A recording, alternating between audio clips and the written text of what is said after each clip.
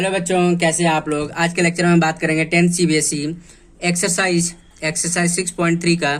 ये हमारा 8th question है स्टूडेंट, ट्रायंगल का। बाकी रिमेनिंग क्वेश्चन हमने प्रीवियस वाले वीडियो में सॉल्व कर लिया है स्टूडेंट। अब यहाँ पे देखो, इस क्वेश्चन में क्या बोल रखा है, is a point on the side AD produced of a parallelogram ABCD. तो ये एक पैरेललोग्राम दे रखा है and B intersect C D at point F. ठीक है, हमें प्रूव करना। देखो, जब तक इसका डायग्राम नहीं बनाएंगे स्टूडेंट तब तक समझ में नहीं आएगा। तो एक हमारे पास पैरेललोग्राम है A B C D. Suppose करो हमने एक पैरेललोग्राम बना दिया ए बी सी डी। इसका नेमिंग कर लेते A B C and D है। ठीक है, अभी क्या बोला, E is a point on side A D. ये जो ई पॉइंट है ए डी पर है, तो ए डी को प्रोड्यूस करने पर हमें पॉइंट क्या मिल रखा है, एक ई पॉइंट मिल रहा है। क्लियर है स्टूडेंट, ई पॉइंट मिल रहा है produced of a parallelogram A B C D and B intersect C D. जो बी है, जैसे बी को ज्वाइन करेंगे स्टूडेंट, ये सपोज करो हमने बी को ज्वाइन किया, तो बी को ज्वाइन किया तो ये जो बी है आप स्केल से ड्रॉ करेंगे स्टूडेंट, तो स्ट्रेट लाइन बनेगी। बी को ज्वाइन करेंगे तो इस सी डी को किस पर इंटरसेक्ट कर रहा है, एट पॉइंट एफ पर इंटरसेक्ट कर रहा है। तो हमें प्रूव करना है स्टूडेंट, हमें प्रूव करना ए बी ई एंगल। देखो, triangle A B E similar to triangle C F B. Clear है स्टूडेंट, आई बस समझ में। तो आपको पता होगा स्टूडेंट, जो पैरेललोग्राम होता है अपोजिट एंगल्स आर इक्वल, मतलब this one angle equal to this one होगा, क्योंकि opposite angle of parallelogram are equal. ठीक है, इतनी बात समझ में आ रही है स्टूडेंट। अब क्या होगा, जैसे this one angle equal to this one होगा। इतनी बात समझ में आई।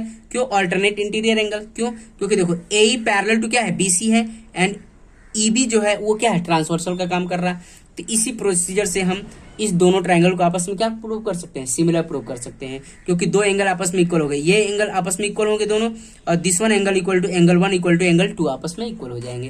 क्लियर है स्टूडेंट। तो देखो, सॉल्व कर लेते हैं। पेपर में कैसे लिखना है स्टूडेंट आपको पता होना चाहिए। तो देखो कैसे करना है।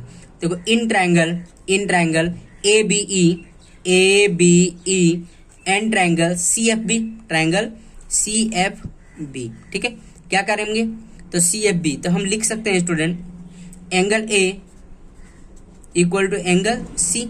क्या लिखेंगे, opposite angle of parallelogram are equal, opposite, यहां पर सबका रीजन लिखना पड़ेगा student. Opposite angle of a parallelogram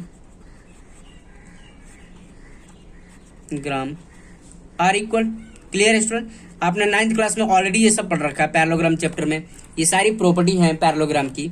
opposite angle of parallelogram are equal. ठीक है, ये तो एक हो गया। Angle one equal to angle two होगा, angle one equal to angle two. क्यों, क्योंकि ए ई और बी सी क्या है, पैरेलल है, और ई बी क्या है हमारे पास, ट्रांसवर्सल लाइन है। तो लिख देंगे alternate interior angle are equal, alternate interior angles are equal. इतनी बात समझ में आ रही है student, alternate interior angles are equal. तो देखो स्टूडेंट, जब दो एंगल हमारे पास इक्वल मिल गए किसी भी दो ट्रायंगल में, तो हम कह सकते हैं वो ट्रायंगल आपस में क्या होंगे, सिमिलर होंगे। तो therefore triangle A B E similar to triangle C F B.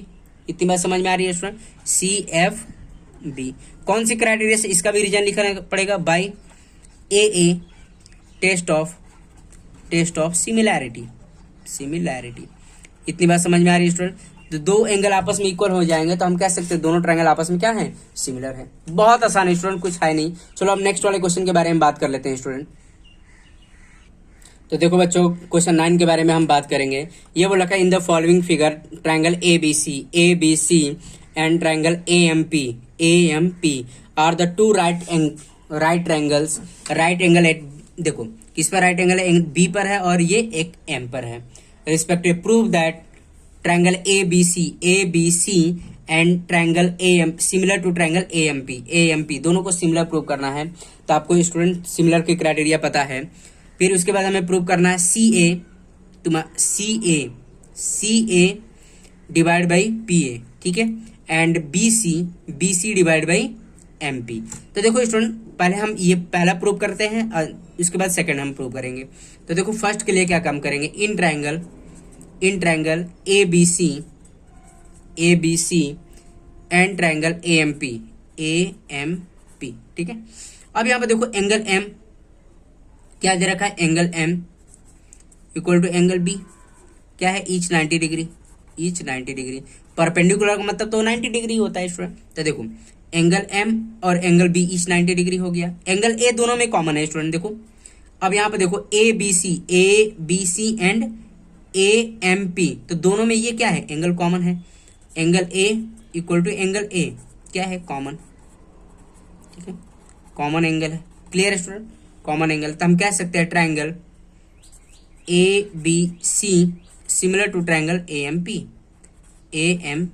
कौन सी criteria, by A test of similarity. इतनी बात समझ में आ रही है स्टूडेंट, हो गया प्रूफ। पहला तो प्रूफ हो गया, हमें यही तो प्रूफ करना था, A B C similar to triangle A M P. Clear है स्टूडेंट, आई बस समझ में, ठीक है। सेकंड के लिए देखो हमने क्या किया है, triangle A B C similar to triangle A M P prove किया है, प्रूव्ड एबव है कि नहीं, प्रूव्ड एबव है। तब यहाँ पे देखो जब कोई भी ट्रायंगल आपस में सिमिलर होते हैं तो करस्पॉन्डिंग साइड के रेशियो क्या होते हैं, प्रोपोर्शनल होते हैं। Corresponding side of similar triangle are proportional.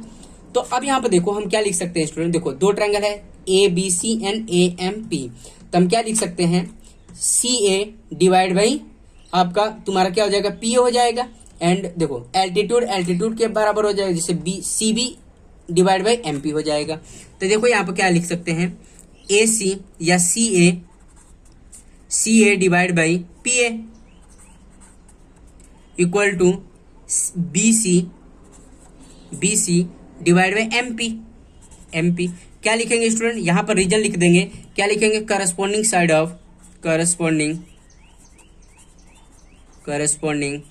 Sides of similar, यहाँ पर ध्यान से लिखिएगा, सिमिलर ट्रायंगल्स आर प्रोपोर्शनल, ठीक है, प्रोपोर्शनल। क्लियर है स्टूडेंट, तो corresponding side of similar triangle are proportional. इतनी बात समझ में आ रही है स्टूडेंट, क्लियर है। आई थिंक सब बच्चों को समझ में आ रहा है कैसे सॉल्व करना है स्टूडेंट, ठीक है स्टूडेंट। अब नेक्स्ट क्वेश्चन के बारे में हम बात कर लेते हैं।